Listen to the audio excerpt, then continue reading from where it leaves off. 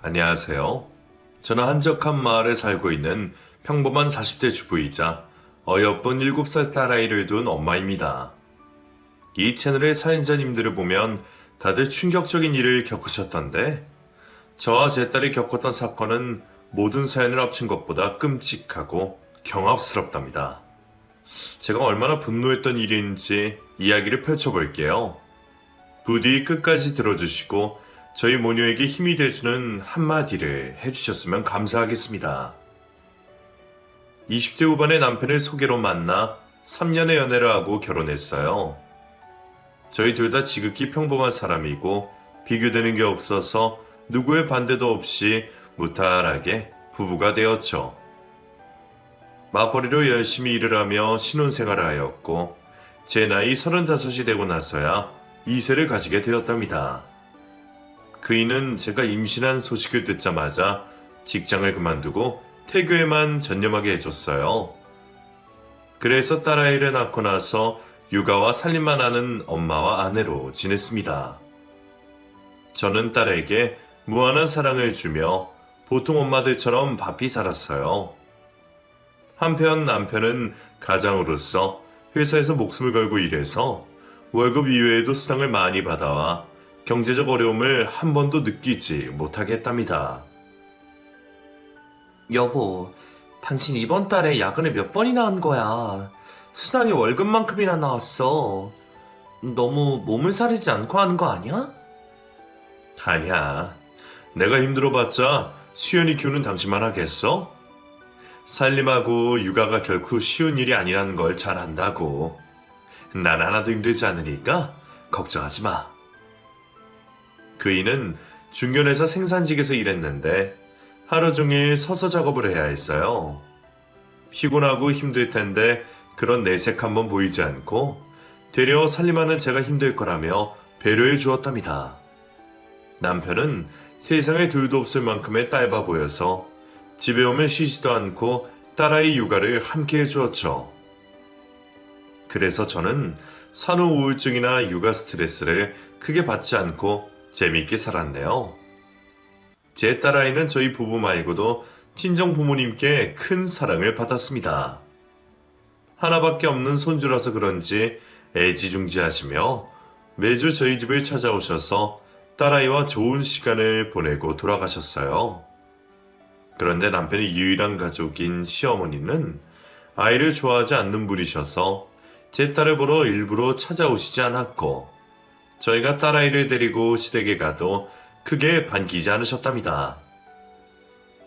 며느라, 네 딸 오줌 쌌나 보다. 냄새 나니까 기저귀 좀 갈아주거라. 어머님, 지금 식사를 준비하는 중이니 어머님이 가르치시면 안 될까요? 부탁 좀 드릴게요. 예, 내가 밥 차릴 테니까 네가 기저귀 갈아라. 난 애 보는 게 성격서 맞지 않아. 네? 알겠어요. 그럼 상 좀 마저 차려주세요. 시어머니는 당신의 손녀가 남이라도 되는 듯이 거의 안아주지 않았어요. 조금 서운하긴 했지만 사람마다 성향이 다른 거라 생각하고 이해하려고 했습니다. 세월이 흘러 딸아이가 5살이 되어 유치원에 들어갔어요. 콩알만한 녀석이 언제 그렇게 자라서 유치원에 가게 됐는지 볼 때마다 신기했답니다. 날씨가 더워질 때까지 유치원을 잘 다니고 있었는데 코로나라는 전염병이 퍼지며 난리가 났어요. 모두들 잘 아시겠지만 유치원이나 학교 다 모두 난리여서 아무데도 나가지 못하고 집에서만 지내야 했죠. 제 딸은 성격이 내성적이고 조용한 아이여서 저와 집에서 답답하게 지내도 짜증 한 번 내지 않았어요. 미운 5살이라고들 하는데 제 딸은 때도 쓰지 않고 너무 온순해서 제 몸과 마음이 항상 편안했답니다. 수연아, 집에만 있어서 지루하지 않아? 난 엄마랑 있으니까 좋아. 같이 요리도 하고 글쓰기도 하니까 재미있어. 친구들 보고 싶지 않아? 나중에 볼 수 있으니까 괜찮아. 우리 딸 엄마를 편하게 해줘서 고맙네. 놀러 나가자고 떼도 쓰지 않고 심심하다고 투정도 부리지 않고 말이야. 딸아이는 제가 집안일을 할 때면 말없이 옆에서 청소를 거들거나 얌전히 공부를 했답니다. 그래서 전 코로나가 기승을 부려도 큰 어려움 없이 육아와 살림을 이어나갈 수 있었어요. 하지만 문제는 다른 데 있었어요. 코로나 때문에 많은 회사가 어려워졌는데 제 남편의 회사도 사정이 힘들어졌답니다. 회사에 일감이 없어서 일찍 퇴근하는 날이 잦았는데 얼마 뒤에는 아예 회사에서 당분간 경영이 어렵겠다며 모든 직원들에게 무기한 휴가를 주었습니다. 말이 휴가지 백수가 된 거나 다름없었죠. 이런 상황을 겪게 된 저와 남편은 큰 걱정에 빠졌어요. 여보, 나 내일부터 배달 대행으로 일하기로 했어. 코로나로 다른 일은 죄다 망하게 생겼는데 배달 일은 사람이 없어서 힘들 정도로 일이 많다더라. 회사에서 다시 부를 때까지는 이 일을 하면 될 것 같아. 그거 오토바이 타고 해야 하잖아. 너무 위험해서 걱정되는데. 에이, 괜찮아. 조심해서 타면 돼. 그리고 남들보다 일을 많이 하면 충분히 회사에서 받던 월급을 받을 수 있을 거야. 여보, 아무래도 안 되겠어. 나도 일을 구해서 맞벌이로 돌아가는 게 나을 것 같아. 코로나가 기다린다고 사라지는 게 아니니까 언제까지 당신에게만 가정을 책임지게 할 수 없어. 나도 일자리 몇 군데 알아봤는데 요즘 학교나 유치원을 못 가는 아이들이 방문 수업을 그렇게 많이들 한다고 했어. 나 예전에 과외를 오래 한 거 기억하지? 해봤던 일이라 큰 어려움은 없을 거야. 그래서 학습지 선생님으로 일해보면 어떨까 싶은데?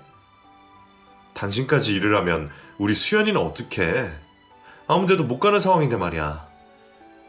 친정 부모님한테 맡기면 어떨까 싶어. 두 분이 워낙 우리 수연이를 예뻐하시니까 기분 좋게 받아주실 거야. 그렇긴 한데 장모님 허리랑 무릎이 안 좋으시잖아. 장인어른도 마찬가지고. 우리 딸 보는 게 크게 힘들지 않으실 거야. 수연이가 워낙 조용하고 얌전하니까 충분히 돌봐주실 수 있을 거라고. 내가 멀쩡하게 회사를 잘 다니고 있었으면 이런 고민을 할 일도 없었는데. 여보, 미안해. 당신이 왜 미안해. 지금 힘들지 않은 사람 하나 없어. 길거리 맛집 식당을 봐봐. 죄다 망했다고. 그래도 우린 할 수 있는 일이 있으니까 감사하게 생각하고 살자. 그래서 저는 학습지 방문교사로 일하기로 했답니다. 친정 부모님께 미리 말씀을 드려서 수연이를 부탁하려고 했죠. 그런데 예상치 못하게 시어머니가 먼저 연락을 주셨습니다. 제가 취직한 사실을 알고 손녀가 걱정이 되셨는지 당신이 돌봐주는 게 어떻겠냐고 하시더라고요. 아범하고 며느리? 너희가 고생이 많게 생겼구나. 그래도 어찌하겠느냐. 코로나 때문에 세상이 이렇게 되어버린 걸. 그래서 내가 너희를 돕고 싶어서 찾아왔다. 수연이를 내가 봐주면 어떻겠냐? 어머님이요? 어머님 애 돌보는 거 싫어하시잖아요. 물론 수연이가 얌전하고 온순해서 크게 힘들진 않으시겠지만 그래도 아이를 돌본다는 건 보통 일이 아닐 거예요. 그리고 저희 친정에서 수연이를 봐주시겠다고 했고요. 생각해주셔서 감사하긴 하지만 괜찮습니다. 얘는 안 싸도 몸 아픈 걸 생각 안 하니? 작년에 무릎 수술까지 받으신 양반한테 애를 맡기는 건 무리야. 난 아픈 곳 하나 없으니 나한테 맡겨라. 내가 성심성의껏 돌보마. 빈말로 하는 소리 아니야? 시어머니가 까칠하긴 했지만 남편을 훌륭하게 잘 키우셨으니 제 딸도 다르지 않을 거라는 생각이 들었습니다. 그리고 몸이 아픈 친정엄마께 부탁드리는 것보다 낫겠다는 판단이 들었어요. 아, 듣고 보니 그렇게 하는 게 좋을 것 같네요. 그럼 어머님께 부탁 좀 드릴게요. 감사해요. 부탁은 무슨? 내 손녀 내가 돌보겠다는데 뭐가 감사하다는 거냐? 네, 어머님. 그럼 모레부터 어머님이 수연이를 봐주세요. 제가 출퇴근하면서 어머님 댁에 들러 픽업할게요. 그래, 생각 잘했다. 내가 잘 키워줄 테니 걱정할 거 하나 없다. 그런데 며느라? 수고비는 줄 거지? 손녀를 하루 종일 보내면 돈이 안 들어갈 수가 없잖아. 어머님, 당연히 수고비를 드려야죠. 많이는 못 드려도 매달 챙겨드릴게요. 요즘 애 봐주는데 드는 돈이 만만치 않게 들긴 하다만 나는 큰돈 바라지 않는다. 매달 50만 원만 줘라. 그거면 너희도 크게 부담이 되지 않을 거라 생각한다. 네, 어머님. 그렇게 할게요. 그리고 벌이가 좋아지면 더 챙겨드릴 테니까 신경 좀 써서 수연이를 봐주세요. 그래, 알겠다. 그럼 이야기 끝났으니까 너 출근하는 날부터 바로 수연이를 데리고 오거라. 그래서 전 친정부모님께 연락을 드리고 시어머니께 딸아이를 맡기게 되었어요. 이틀 뒤 방문교사로 일을 시작해서 아침에 수연이를 시댁에 데려다주고 제 일을 시작했습니다. 아이들을 가르친 경험이 있어서 그런지 특별히 힘들거나 어렵진 않았어요. 또 요즘 애들이 거의 다 착해서 일하는 게 즐겁고 행복했답니다. 걱정했던 딸아이도 시어머니와 지내는 게 재밌었는지 늘 미소 진 얼굴로 시댁을 향했어요. 수연아, 할머니 좋아? 응, 할머니 너무 좋아. 선수도 가르쳐주고 게임도 시켜줘. 그랬어. 할머니가 우리 수연이를 엄청 좋아하시나 보다. 수연이는 좋겠네? 응, 할머니 집에 가는 거 재밌어. 아이를 싫어하는 시어머니가 이렇게 딸아이를 잘 대해주시니 이루 말할 수 없을 만큼 감사했습니다. 저와 남편은 월급을 받아 더해봤더니 형편이 크게 어려울 것 같지 않아 시어머니께 70만 원을 드리기로 했답니다. 어머님, 많진 않지만 이거 받으세요. 전에 말씀드린 것보다 조금 더 넣어드렸어요. 그래, 고맙다. 내 이 돈은 수연이 간식 먹이는데 쓸 테니 염려 말아라. 걱정 안 해요, 어머님. 그리고 수연이한테만 쓰지 마시고 어머님 필요하신 데 있으시면 쓰세요. 요즘 수연이가 어머님과 보내는 게 재밌는지 어머님 댁에 올 때마다 콧노래를 불러요. 제가 어머님 덕분에 마음 놓고 사회생활하고 있다니까요. 정말이냐? 내가 조금 신경을 써줬더니 좋았던 모양이네. 앞으로는 2배로 잘할 테니 마음 편하게 놓거라. 그래, 일은 할만하냐? 네, 예전에 해봤던 일이라 재밌어요. 수연이 가르치듯이 공부 가르치고 돈도 버니까 너무 만족스러워요. 어머님이 계속 수연이를 봐주신다면 이 일을 포기하지 않고 계속 해볼 생각이에요. 그래, 수연이는 걱정 마라. 내가 최선을 다해 키워줄 테니까. 어머님 감사해요. 아이 키우는 걸 싫어하시는 분이 이렇게 마음을 열어주실 거라고는 생각을 못했어요. 내가 애들은 싫어하지만 우리 손녀는 좋아한다. 표현을 잘 못해서 그렇지 항상 수연이를 사랑하고 있었다고. 시어머니 말씀에 70만 원이라는 돈이 아깝게 느껴지지 않았습니다. 오히려 너무 적게 드려서 죄송한 마음이 들었어요. 그렇게 한 달의 시간을 더 보내게 되어 2번째 월급을 받게 되었습니다. 방문 수업을 신청하는 가정이 많아서 제 수용량도 늘어나 보너스까지 받아 꽤 많은 돈이 들어왔어요. 저는 딸아이를 위한 적금을 제외하고 모든 돈을 인출했답니다. 예전부터 현금 영수증을 받아 연말정산에 환급을 받는 재미를 알고 있어 그렇게 했죠. 집으로 돌아가 생활비와 시어머니 드릴 돈을 계산해서 봉투에 넣어 서랍에 넣어두었어요. 그런데 상상도 못할 사건이 벌어졌어요. 서랍에 두었던 생활비 봉투가 감쪽같이 사라졌답니다. 아무리 찾아보고 뒤져봐도 흔적도 없었죠. 여보, 당신이 생활비 봉투 가져갔어? 내가? 아니, 그럴 리가 있나. 내가 왜 당신 돈에 손이 되겠어? 그럼 돈 봉투에 발이 달려서 도망이라도 간 건가? 솔직히 말해봐. 어디 필요한 곳이 있어서 가져다 쓴 거야? 글쎄, 아니라니까. 내가 말없이 돈을 가져다 쓸 사람이야? 그건 그렇긴 한데 내가 아니면 당신밖에 가져갈 사람이 없잖아. 지금 날 계속 의심하는 거야? 당신이 어디다 잃어버려 놓고 왜 사람을 의심해? 그이가 목소리를 높이자 저도 흥분하기 시작했습니다. 그동안 부부싸움을 해본 적이 거의 없었는데 이 일로 서로를 신뢰하지 못했어요. 전 분명히 돈을 뽑아서 서랍에 고이 넣어두었기 때문에 남편이 가져간 거라 확신했습니다. 하지만 남편은 끝까지 자기가 가져가지 않았다며 무섭게 화를 냈어요. 당신 진짜 사람 질리게 만든다.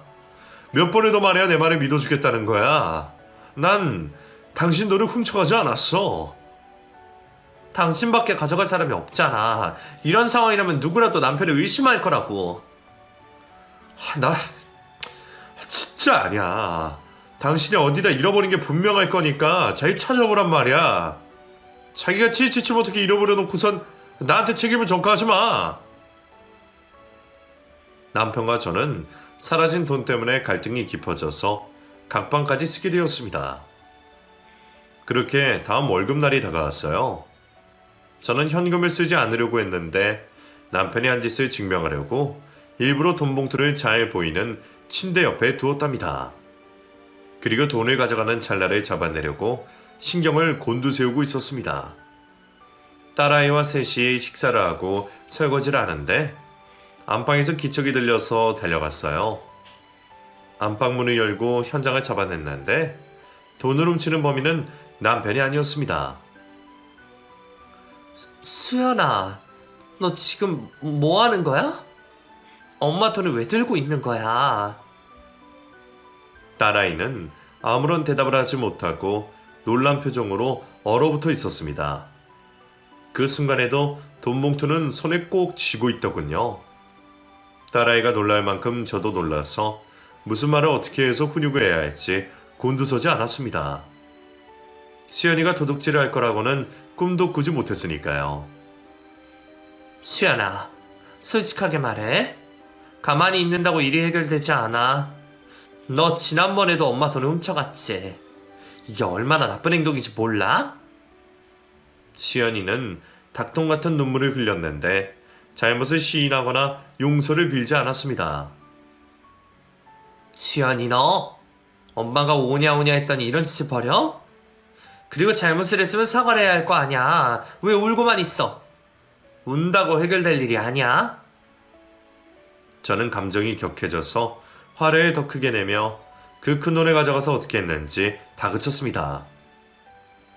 그러자 남편이 안방으로 들어와 무슨 일인지 금세 파악하고 경악을 금치 못했습니다. 수연아, 네가 왜 엄마 돈을 훔친 거니? 수연이가 가져간 돈을 어디에 뒀어?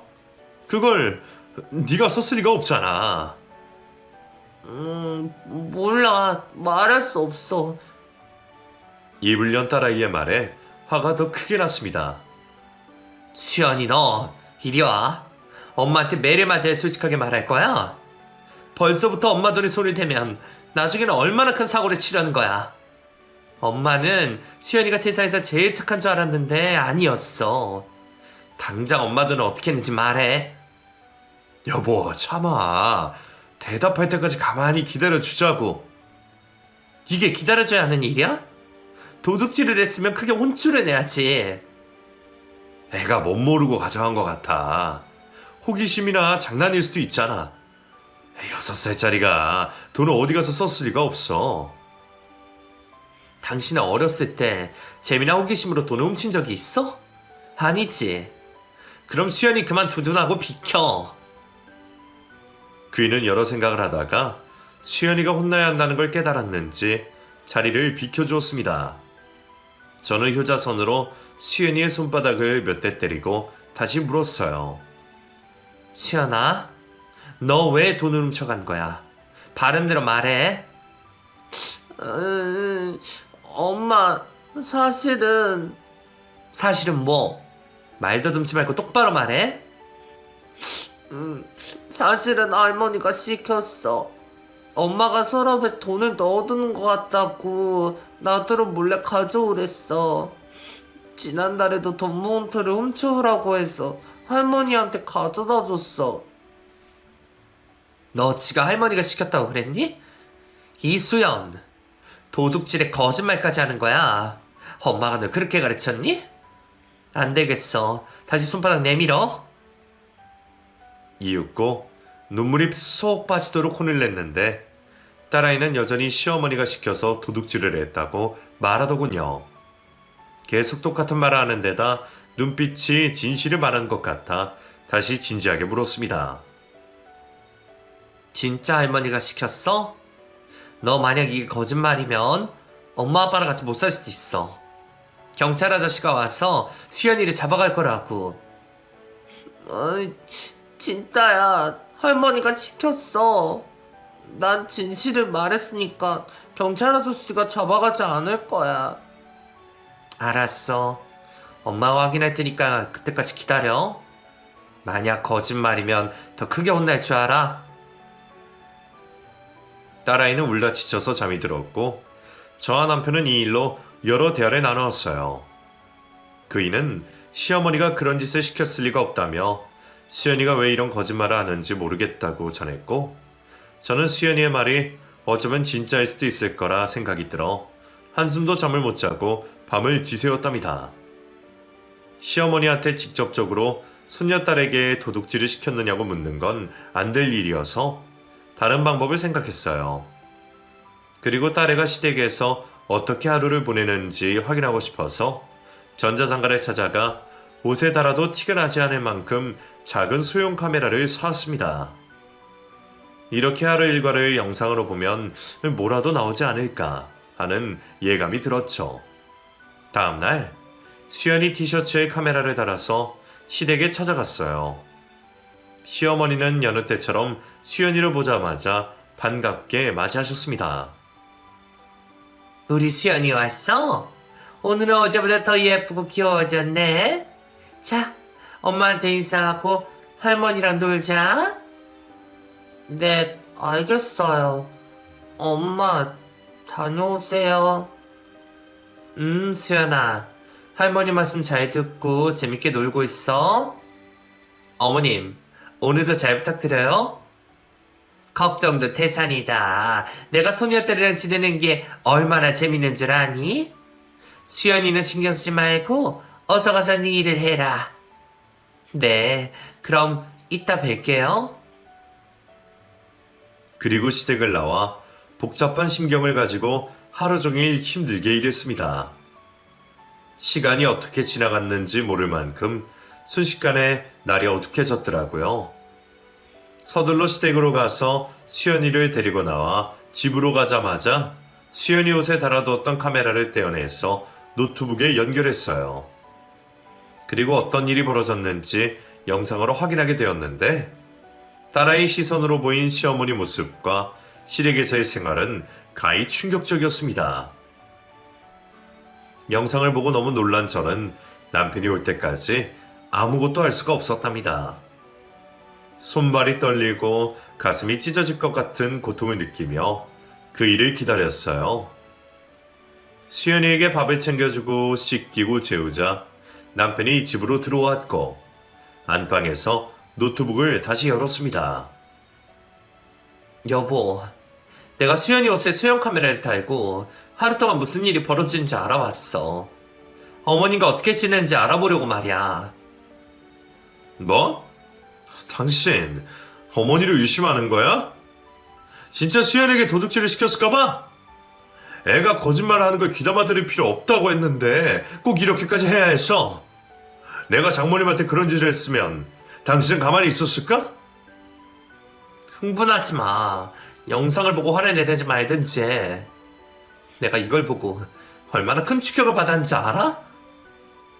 무슨 충격을 받았다고 하는 거야? 여하튼 틀어봐. 보나마나 당신이 헛짓거리를 했겠지. 과연 그럴까? 두 눈 똑똑히 뜨고 봐. 자, 시작한다. 저는 그 영상을 다시 한번 틀어보게 되었습니다. 영상은 제가 시댁에서 나가는 거로 시작했어요. 시어머니가 수연이를 보고 말하더군요. 네 엄마는 일하러 갔다. 이제부터는 내 말을 들어야 한다는 거 알지? 수연이 너 오늘 할머니 귀찮게 하지 말고 혼자 조용히 놀아야 한다. 괜히 안방에 들어와서 방해하지 말란 말이야. 알아들었어? 네, 할머니. 말 잘 들을게요. 딸아이는 작은 방에서 홀로 인형놀이를 하고 있었습니다. 한참 동안 놀던 수연이가 배가 방에서 나와 배가 고팠는지 주방에서 먹을 걸 찾다가 이내 과자 한 봉지를 뜯어 먹었답니다. 하지만 배가 차지 않았는지 시어머니가 있는 안방문을 열었어요. 안방문이 열리자 시어머니와 여러 노인이 둥글게 앉아서 담요 위에 화투를 던지고 있었습니다. 뭐야? 너 할머니 방에 들어오지 말랬지? 귀찮게 하지 말고 나가. 할머니, 배고파요. 주방에 과자 있잖아. 그거나 까먹고 놀아. 과자는 매일 먹어서 질렸어요. 밥 먹고 싶어요.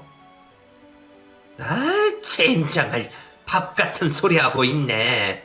내가 네 밥 차려주는 사람이냐? 밥은 네 집에 가서 먹고 여기서 대충 과자로 때우란 말이야. 방해하지 말고 문 닫고 꺼져.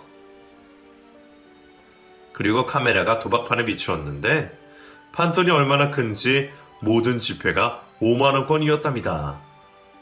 노인들은 제 딸이 들어오든 말든 상관하지 않고 입에 담배를 물고 도박을 이어갔어요. 이윽고 안방에서 나오지 않는 수연이를 밀어내며 시어머니가 거실로 나왔습니다. 오늘 부정타기 애가 왜 이래? 야, 안 나오고 멀뚱히 서서 뭐 하는 거야? 너 때문에 끝발이 안 봤잖아. 또 졌네. 이 기집애가 왜 이렇게 말이 들어먹지 않는 거야? 할머니 방에는 얼씬도 하지 말라고 한 걸 까먹은 게냐? 대답해봐, 멍청한 꼬맹아. 죄송해요. 밥이 너무 먹고 싶어서요. 이년이 아직도 정신을 못 차리고 밥 타령이네. 이 조그만 년이 왜 이렇게 먹는 걸 밝혀? 이따 너네 엄마한테 차려달라고 하면 될 거 아니야. 한 끼 굶는다고 죽는 거 아니니까 참아. 네, 할머니, 참을게요. 이래서 내가 애새끼를 싫어한다니까. 혼자서 아무것도 해보려고 하지 않고 일상 어른한테 해달라고 조르는 게 등신 같다고. 할머니, 등신이 뭐예요? 그건 나중에 알게 될 거다. 쉽게 말해, 너랑 네 엄마를 뜻하는 단어니까 새겨들어라. 아차, 너 할머니가 시킨 건 왜 안 하니? 내 집에서 지내게 해줬으면 은혜를 돌려줘야 한다고 몇 번을 말해. 배웅망덕한 년아. 네 엄마 돈을 훔쳐오라고 시켰으면 지난달처럼 가져와야 할 거 아니야. 왜 아직도 소식이 없는 거야? 그게 내일은 꼭 가져올게요. 당연히 그래야지. 만약 내일도 빈손으로 오면 재미없을 줄 알아. 네, 꼭 훔쳐올게요. 만약 내일도 돈을 가져오지 않으면 할머니가 너 맴매할 거야. 맴매요? 알겠어요. 내일 꼭 가져올 테니 지난번처럼 맴매하지 말아주세요. 이미 시어머니한테 매를 맞은 적이 있었는지 수연이의 목소리가 심하게 떨렸어요. 저는 만일에 대비해 수연이에게 돈을 훔치다 걸렸다는 말을 절대로 하지 말라고 일러두었답니다. 남편의 표정은 심하게 일그러졌는데 화면에서 눈을 떼지는 못했어요. 잠시 후 시어머니의 말이 이어졌습니다. 그래, 이 할머니가 돈을 따면 치킨 사줄 테니까 조용히 방에 가서 찌그러져 있어. 네, 얌전히 방에만 있을게요. 걱정 마세요, 할머니. 또 한 번 안방문을 열면 베란다에 하루 종일 스며들 거다. 해봐서 알지? 베란다요? 할머니, 날씨가 더워서 그건 너무 힘들어요. 힘든 걸 알면 입 닥치고 가만히 있으라고.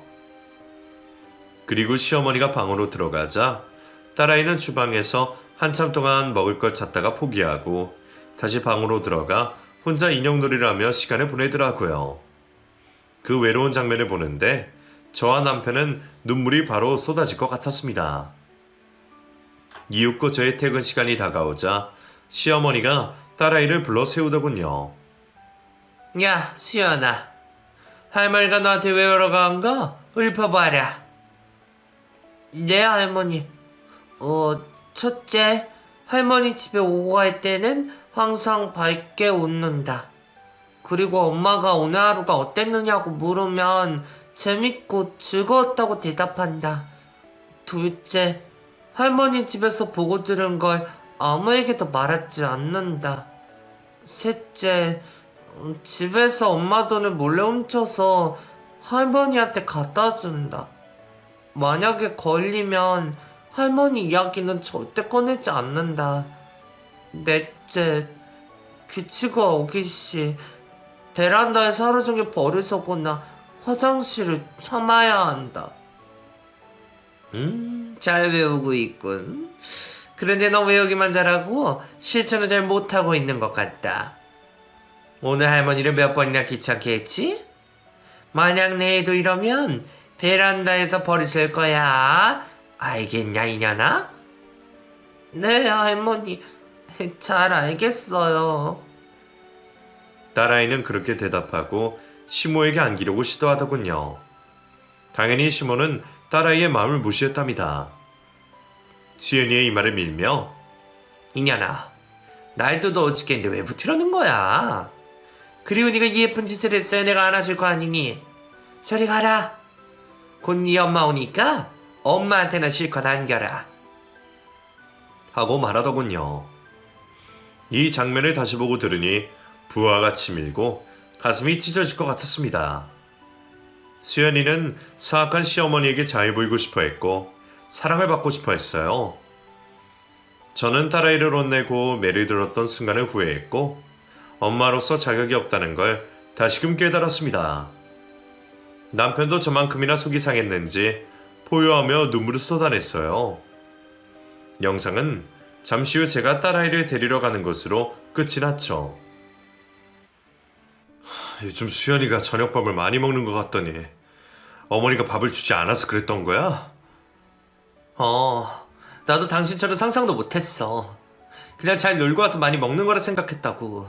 그런데 보다시피 어머님이 수연이에게 어떤 짓을 했는지 이제 알게 됐다고. 여보, 내가 무슨 말을 어떻게 해야 할지 모르겠어. 너무 혼란스러워서 머리가 터질 것 같다고. 난 그냥 못 넘어가. 이건 보통 일이 아니야. 내가 해결할 테니 당신은 옆에서 두고 보기나 해. 그이는 힘없이 고개를 끄덕이며 다시 눈시울을 붉혔답니다. 저희 부부는 그날 밤 수연이를 안방으로 안고 들어와서 가운데에 눕혀 머리를 쓰다듬고 안아주며 잠에 들었어요. 다음날 저는 시어머니한테 딸아이를 친정에 맡긴다고 연락했고 남편과 친정에 수연이를 맡기고 경찰서로 향했습니다. 형사들에게 영상을 보여주었더니 밥을 굶기고 방임한 것과 도둑질을 시킨 아동학대죄와 도박죄로 긴급 체포하겠다고 하더군요. 저와 남편은 형사들과 동행해 시댁으로 향했습니다. 이윽고 시댁 현관 앞에 도착해 초인종을 눌렀어요. 누구세요? 어머님 저예요. 반찬거리 좀 드리고 용돈 좀 드리러 왔어요. 그래 잘 왔다. 잠깐 기다리거라. 이윽고 실실 쪼개며 현관문을 열어주자 형사들이 시어머니에게 체포영장을 보여주었습니다. 이게 다 뭐야? 내가 소녀딸을 학대하고 도박을 했다고? 얘 며느라 이게 다 무슨 짓거리냐? 너 수연이한테 무슨 말을 들었길래 이따위 짓을 벌이는 거야? 어머님 저희 다 알아요. 그동안 어머님이 수연이한테 무슨 짓을 했는지 모두 알고 있다고요. 도대체 무슨 소리 하는지 모르겠구나? 난 잘못한 게 하나도 없는데 이런 취급을 당하니까 열이 받는다고? 그러자 형사들이 안방문을 열고 도박 현장을 사진으로 찍고 노인들을 모두 체포했습니다. 어머님 이러고도 거짓말 하실 거예요? 이건 그냥 재미삼아 하트 좀 친 거야. 수연이가 오늘 못 온다고 해서 친구들을 부른 거라고. 야, 짭새들아. 니들이 뭔데 다짜고짜 와서 내 친구들한테 수갑을 채워? 계진여 씨, 당신을 도박 및 아동학대죄로 긴급 체포합니다. 니의 시어머니는 뒷걸음질을 치며 체포를 거부하더군요. 내가 무슨 죄가 있다고 이 난리를 치는 거야? 며느리가 날 모함하려고 꾸민 짓이지. 네 딸내미가 뭐라지 그럴지 모르겠지만 그건 다 거짓말이다. 난 세상에 둘도 없는 다정한 할머니라고. 웃기지 마세요. 제가 수연이 옷에 몰래 수영 카메라를 달아서 어머님이 무슨 짓을 벌였는지 모두 다 확인했거든요. 제 딸에게 제 돈을 훔치라고 명령하는 것부터 해서 굶기고 방해만 장면이 다 담겨 있다고요. 어머님이 그러고도 할머니라고 할 수 있어요. 사람이라고 말할 수 있냐고요. 뭐? 나한테 몰래 카메라를 찍었다고? 인연이 감히 시어머니를 감시해? 그리고 시몬은 저에게 애가 한 끼 굶는다고 어떻게 되는 게 아니라고 변명했고 방임한 것도 자립심을 키우려고 한 거라고 하더군요. 또 도둑질을 시킨 건 자기가 정당하게 받아야 할 수연이 양육비라며 애 하나 돌보는데 얼마나 힘든지 아느냐며 쌍욕을 했답니다. 개 같은 오라질려나. 내가 친히 손녀딸을 잘 돌봐줬는데 그깟 일로 날 신고해? 애들은 원래 강하게 키워야 하는 법이야. 혼자 무인도에 떨어지면 살아남을 수 있도록 자립심과 독립심을 길러준 거야. 진짜 구제불능이네요. 이런 인간 쓰레기가 내 시어머니고 수연이 할머니라는 게 수치스럽고 분노가 치솟습니다. 당신이란 인간과는 앞으로 영원히 좀 만나지 않고 살아야겠어요. 이 오사라년이 제대로 미쳤구나. 네 딸년이 누굴 닮아서 그렇게 밉상인가 했더니 다 니년을 닮아서 했어. 마이키도 못 알아듣고 시키는 거 하나 제대로 못하고 덜 떨어졌단 말이야. 시어머니 입에서 제 딸 이야기가 나오자 흥분을 감추지 못하고 눈이 뒤집히고 말았습니다. 짐 튀겨가며 체포를 거부하는 시모에게 다가가 기싸대기를 내려쳤습니다. 그러자 저에게 달려들었는데 형사들이 팔을 꺾고 수갑을 채웠어요. 시어머니는 경찰차를 탈 때까지 자신의 죄를 인정하기는커녕 무슨 잘못을 했는지 하나도 모르겠다고 발광을 했습니다. 결국 경찰서 유치장에 갇히고 검사가 오자 사태 심각성을 파악하더군요. 변호사를 급하게 구해서 대화를 나누더니 유치장 안에서 저와 남편을 불렀습니다. 아들, 세아가 내가 미안하다. 도박에 미쳐서 사리분별 못하고 어리석은 행동을 했구나. 내가 손녀딸에게 그런 짓을 하다니 왜 그랬는지 나도 잘 모르겠다. 이제 와서 이런 이유가 뭔지 모르겠지만 감옥에 가셔서 벌을 받으세요. 알았다. 그런데 말이야, 너희가 판사한테 선처해달라고 하면 얼마 살지 않고 나올 수 있다는구나. 세아가 네가 탄원서 한 장 보내주거라. 그럼 금방 나올 수 있어. 우리 좋게 얘기를 하자. 지금 사과하는 이유가 형을 주려고 그런 거였어요. 진짜 사람 대우를 해주면 안 되겠네. 이 미친 여자야. 감옥에 가서 냉골 바닥에서 자다가 입이 돌아가 버려라. 제가 분노를 표출했더니 시어머니가 창살 사이로 팔을 뻗으며 제 멱살을 잡으려고 하더군요. 너 인연 이리 와봐. 내가 깜빵에 가기 전에 널 아작내고 가야겠다. 날 모함한 것도 모자라 악담까지 해? 가만두지 않겠어. 저는 창살 사이로 나온 시모의 양팔을 잡고 얼굴에 가래침을 확 뱉어주었어요. 짐승보다 못한 년. 탄원서 보내줄게. 널 엄벌에 처해달라고 판사님한테 똑똑히 전해줄 테니까 시궁창에서 평생 썩어봐라. 저는 등을 돌려 남편에게 나가자고 눈치짓을 했습니다. 그러자 시모가 이번에는 남편에게 애원하더군요. 아들아, 엄마 좀 살려줘. 네가 엄마의 억울함을 밝혀달라고. 어? 어머니, 당신 때문에 우리 딸은 상상도 못할 고통을 받았어요. 트라우마로 남게 되면 보통 아이들처럼 자랄 수 없다고요. 당신이 얼마나 큰 잘못을 했는지 감옥에서 깨닫기 바랍니다. 그리고 이제 당신을 어머니라고 부를 일은 없을 겁니다. 앞으로 죽을 때까지, 아니, 죽어서도 다시 볼 일 없을 거예요. 개 같은 놈아. 내가 네 애미인데 어디서 천년을 끊겠다고 헛소리를 하는 거야? 내가 무슨 잘못을 얼마나 했다고 다들 이 난리 치는 건지 모르겠네. 남편도 등을 돌리자 시어머니는 쌍욕을 하며 끝까지 악마 같은 모습을 보여주더군요. 그이와 저는 시무가 어쩌다 이렇게 되었는지 모르지만 평생 용서하지 않고 만나지 않겠다고 약속했답니다. 시어머니는 당연히 징역을 받게 되었는데 저희 부부가 엄벌에 처해달라고 탄원서를 써서 꽤 오랜 세월을 감옥에서 보내게 되었어요. 그리고 저희는 딸 수연이를 데리고 아동심리센터와 청소년 정신과 전문의에게 데리고 가서 시댁에서 있었던 일을 잊을 수 있도록 여러 차례 치료에 전념했습니다. 저는 돈보다 딸이 중요해서 일을 그만두고 24시간을 딸아이 곁에 붙어 지냈어요. 그런데 저희 예상보다 딸아이가 받은 공포와 충격이 커서 1년 내내 병원에 다녔습니다. 코로나 규제가 조금씩 풀리며 유치원이 다시 문을 열었지만 수연이는 아무것도 가고 싶지 않아 집 안에만 있었습니다. 제가 놀이터에라도 데리고 나가려고 하면 눈물을 흘렸어요. 엄마, 나 할머니 집에 데려가는 거야? 나 거기 가기 싫어. 아니야, 이제 할머니 집에 절대 가지 않아.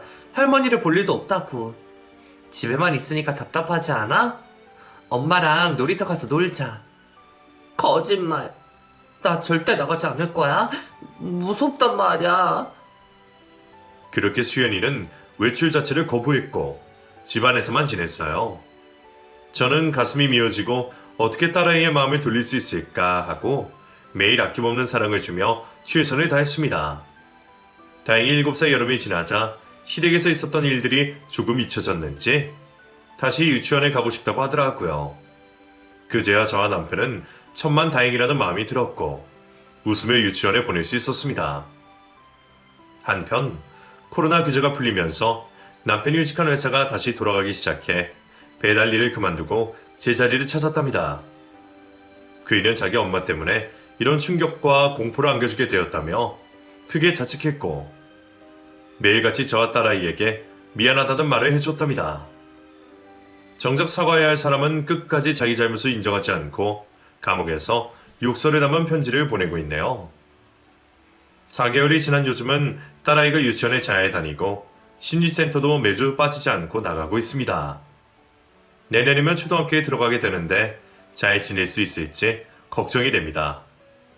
여러분이 제 딸아이 마음의 상처가 빨리 치유되길 격려와 응원을 해주셨으면 진심으로 감사할 것 같아요. 그럼 저는 딸아이를 데리러 가봐야겠네요. 제 이야기를 귀 기울여주신 분들께 감사함을 전하고 이만 줄이겠습니다. 안녕히 계세요.